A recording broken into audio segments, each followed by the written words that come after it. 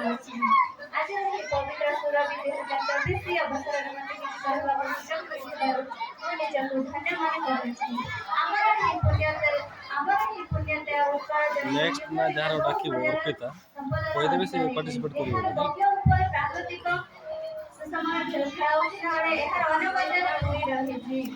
ଲୋକକଳାର ମାନ ହେଉଛି ସମାଜ ଓ ସାଂସ୍କୃତିକ ଐକ୍ୟ, ଯାହା ଗାଁ ଘର ସ୍ଥାନୀୟ ଓ ସମାଜକୁ ନେଇ ଗଢ଼ି ଉଠିଥାଏ।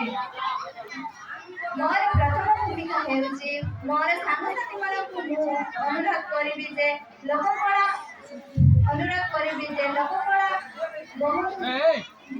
ବହୁମୂଲ୍ୟର ଅଧିକାର, ଯାହା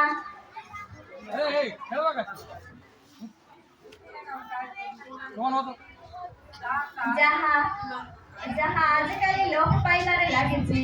ତ ମୋ ସାଙ୍ଗସାଥୀମାନଙ୍କୁ ଏତିକି ଅନୁରୋଧ କରିବି ଯେ ଲୋକକଳାକୁ ପୁନରୁଦ୍ଧାର କରିବା ପାଇଁ ସମସ୍ତଙ୍କୁ ସଚେତନ ହେବା ଦରକାର।